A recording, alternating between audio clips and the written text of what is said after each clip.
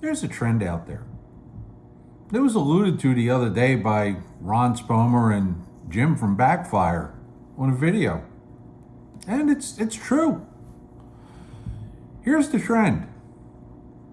Take and slow down the rifling on a particular diameter cartridge. Give it a 35-degree shoulder and slap an aim on it. It seems like that's the trend. But is it a trend that'll stay? Is it a trend that'll last? And how many people can actually benefit from this trend? That's what I'm going to talk about today.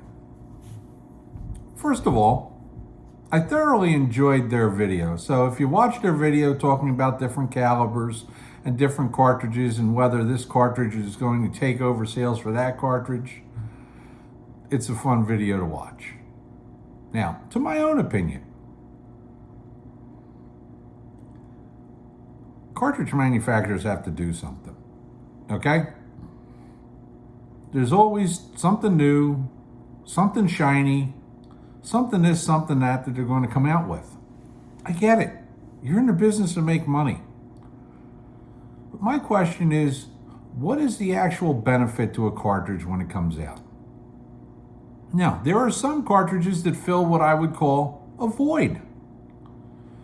Take the 6.5 Creedmoor and 6.5 PRC. There was a decent amount of guys that enjoyed shooting at 264 Winchester, 264 diameter. No, it wasn't the biggest crowd, but you know what? That's a darn good sized bullet for deer hunting, right in that 140 grain range. I can see that void filled. Okay? There are guys that always thought that a 25 caliber rifle, 257 Roberts, 2506, especially the 2506 and the 257 Weatherby, could benefit by shooting a bullet in 130 grain range. Now, they didn't have quite the right rifling twists, so guys are offering rifles and cartridges in, let's say, the new 25 Creedmoor. But what are they really offering? In a lot of cases, they're offering something that isn't quite up to what the original rifle was. Now, the big argument is, okay, but that's just close range stuff. That's just the initial velocity and stuff. This rifle can shoot a deer 150 yards further. Say a rifle was capable of killing a deer at 550. Now it's capable of killing a deer at 700. Great. How many of us are actually ever going to see a deer at 700 yards that we have an adequate rest for to take a shot at, let alone have practiced at that range, let alone can identify it as a legal buck with enough points on the antlers in many states? Damn few. I know there's always the exception to the rule. I know there are guys out west that shoot super long distances. Heck, there's guys in Pennsylvania that shoot from mountain to mountain. They set up a bench rest and watch an entire mountain. They shoot at 1,000 yards at deer and get them. Maybe not with the first shot, but they do get them. Now, let's take a look at another one. 22 Creedmoor. It's able to handle a heavier bullet than the 22-250 in a lot of cases. Now, there are some 22-250s that will stabilize that longer bullet in a 70 grain or 80 grain range.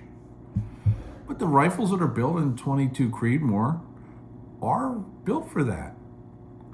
Great. But what does that actually give you? At any type of yardage where a hunter is going to be able to take advantage of it. Sure, out west, a pronghorn at super long range, I get it. But for the average hunter, no.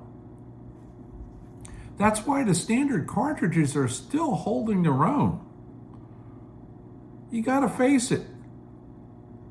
Somewhere around, I don't know, 20% of hunters out there are currently shooting at 270.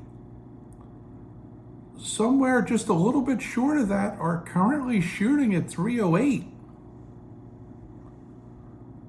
Not too far behind that is a 30-06. Now, the Creedmoor is catching up. I gotta tell you, it's got a rocket up its rear end, and it's coming on quick. Now, what do I see the Creedmoor as a replacement for? Just like those other two guys. And I'll give them credit for saying it first. It may take the place of the 243 with the mild recoil and able to handle a little bit heavier bullet. But that's one of the few. I don't see the 7mm PRC replacing the 7mm Remington Magnum. I don't see a 300 PRC replacing the 300 Win Mag or the 300 Weather Me Magnum. I just don't see it. They're too entrenched. In short, I think if you've got a traditional rifle, let's say a rifle with some history, it's really not going anywhere. Sure, they're losing popularity. At one time, a 30-30 has probably killed more deer than any other cartridge. I don't know if that's still true. 30-30s are not among the top manufactured rifles anymore. Neither is a 35 Remington. 253,000 Savage, that's gone. 257 Roberts is basically gone. 757 Mauser is pretty much gone. A lot of them have already faded. But the ones that are standing up the test of time, 308, 30-06, 270, 300 Win Mag, we've tried to replace them all. Now, the one that I'll give a little bit of credit for that might take over for the 7mm Magnum, maybe, possibly, is going to be that 7mm backcountry. Now, it's slow, okay? It's not a rifle that's growing in leaps and bounds, but it's growing a little bit. And it does offer the advantage of the same or possibly increased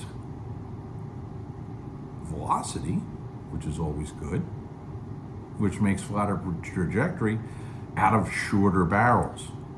Okay, now if you want to carry a 20-inch barrel or even put a suppressor on a 20-inch barrel and carry that up into the mountains, pack it in, stuff like that, that's got possibilities. The rest of them, I'm really not seeing it, to tell you the truth.